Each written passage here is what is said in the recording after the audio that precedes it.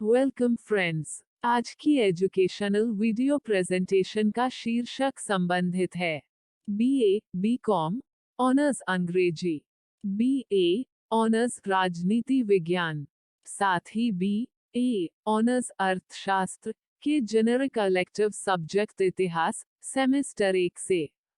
हमारी पुस्तक का नाम है दिल्ली, प्राचीन काल से प्रारंभिक आधुनिक इतिहास के निर्माण तक। और आज का हमारा टॉपिक है तुगलकाबाद किले की वास्तुकला। प्रश्न: तुगलकाबाद किले का निर्माण किसने करवाया था?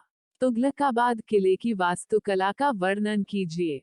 उत्तर: तुगलकाबाद किला दिल्ली में एक खंडहर किला है, जिसे सन 1321 में भारत की दिल्ली सल्तनत के तुगलक वंश के संस्थापक गियासुद्दीन तुगलक द्वारा बनाया गया था, क्योंकि उन्होंने दिल्ली के तीसरे ऐतिहासिक शहर की स्थापना की थी, जिसे बाद में सन 1327 में छोड़ दिया गया था।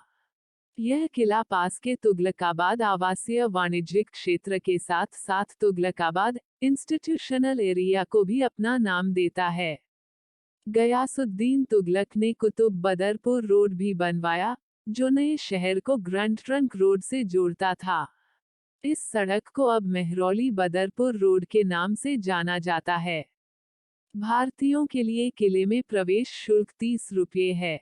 इसके अलावा पास में डॉक्टर करनी सिंह शूटिंग रेंज और ओखला औद्योगिक क्षेत्र है। सरिस्का टाइगर रिजर्व से दिल्ली तक फैले उत्तरी अरावली तेंदुआ वन्यजीव कॉरिडोर के भीतर परिवेश एक महत्वपूर्ण जैव विविधता क्षेत्र है। अभयारण्य के आसपास के ऐतिहासिक स्थान बखल झील, 6 किलोमीटर उत्तर पूर्व, 10वीं शताब्दी के प्राचीन सूरजकुंड जलाशय और अनंगपुर बांध, दमदमा झील, तुगलकाबाद किला और आदिलाबाद खंडहर दोनों दिल्ली में हैं। यह फरीदाबाद के पाली धुआजकोट गांवों में मौसमी झरनों, पवित्र मांगर बानी और असोला भट्टी वन्यजीव अभयारण्य के निकट है। दिल्ली रिज के जंगली पहाड़ी क्षेत्र में परित्यक्त खुले गड्ढे वाली खदानों में कई दर्जन झीलें बनी हैं। गाजी मलिक दिल्ली, भारत के खिलजी शासकों का एक सामंत था। खिलजी वंश एक मुस्लिम राजवंश है जिसने भारत पर शासन किया था। एक बार अपने खिलजी गुरु के साथ घूमते हुए गाजी मलिक ने सुझाव दिया कि राजा दिल्ली के दक्षिणी भाग में एक पहाड़ी पर एक किला बनवाए। राजा ने मजाक में गाजी मलिक से कहा कि जब वह राजा बनेगा तो किला खुद बनवा लेना। 1321 में गाजी मलिक ने खलजियों को भगा दिया और तुगलक वंश की शुरुआत करते हुए गियासुद्दीन तुगलक की उपाधि धारण की। उसने तुरंत अपने प्रसिद्ध शहर का निर्माण शुरू कर दिया, जिसे उसने मंगोल लुटेरों को दूर रखने के लिए एक अभेद्य, फिर भी सुंदर किले के रूप में देखा था।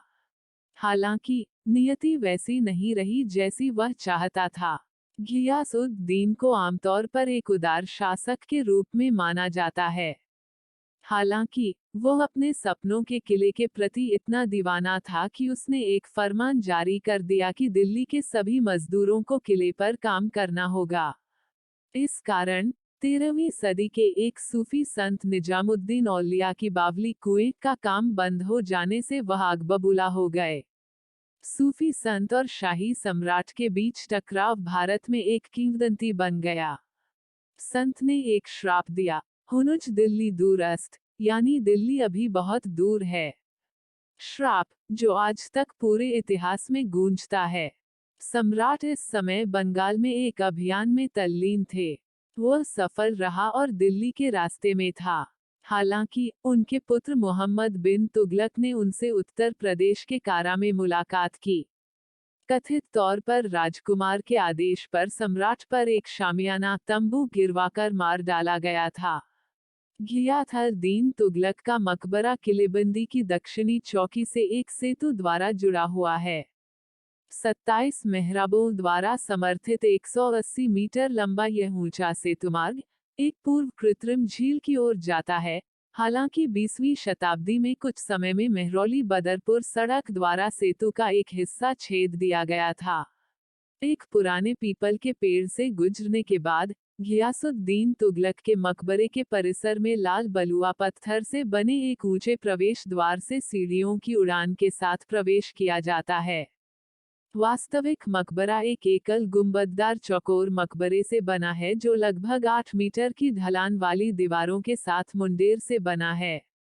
ग्रेनाइट से बनी किलेबंदी की दीवारों के विपरीत, मकबरे के किनारे चिकने लाल बलुआ पत्थर से बने हैं और खुदे हुए पैनल और संगमरमर से मेहराब की सीमाओं के साथ जड़े हुए हैं। इमारत के शीर्ष पर एक अष्टकोणीय ड्रम पर आराम करने वाला एक सुंदर गुंबद है जो संगमरमर और स्लेट के सफेद स्लैब से ढका हुआ है। मकबरे के अंदर 3 कब्रें हैं। केंद्र में एक गियासुद्दीन तुगलक की है और अन्य 2 उसकी पत्नी और उसके बेटे और उत्तराधिकारी मोहम्मद बिन तुगलक की मानी जाती हैं। बाड़े की दीवार के उत्तर पश्चिमी गढ़ में इसके स्तंभों वाले गलियारे समान शैली में एक और अष्टकोणीय मकबरा है जिसमें छोटे संगमरमर के गुंबद और इसके मेहराबदार दरवाजों पर संगमरमर और बलुआ पत्थर की पट्टिकाएं हैं।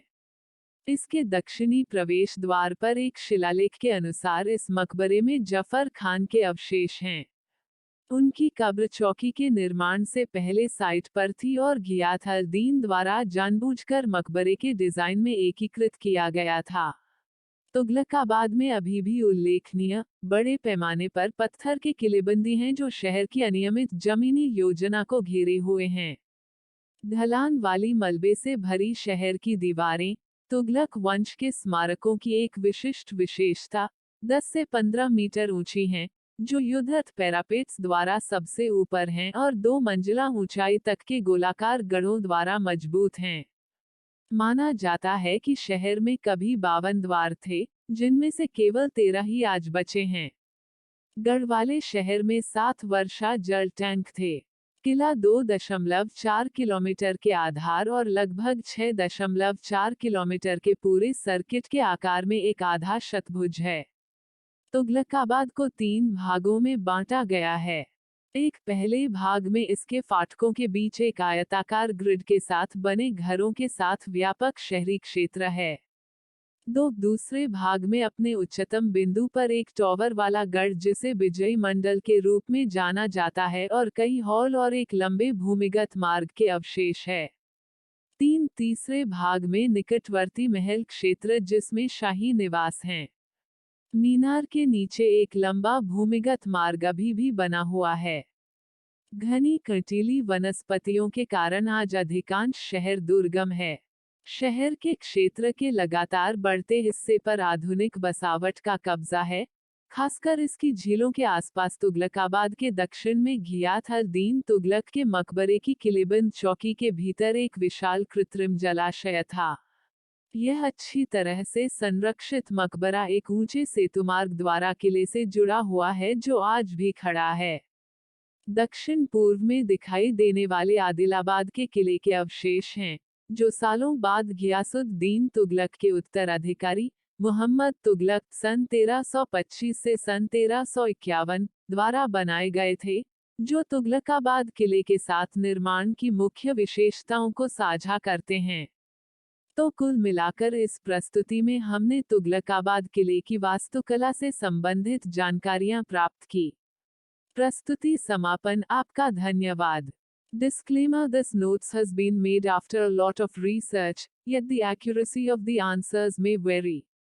The author assumes no responsibility or liability for any errors or omissions in the content of this notes.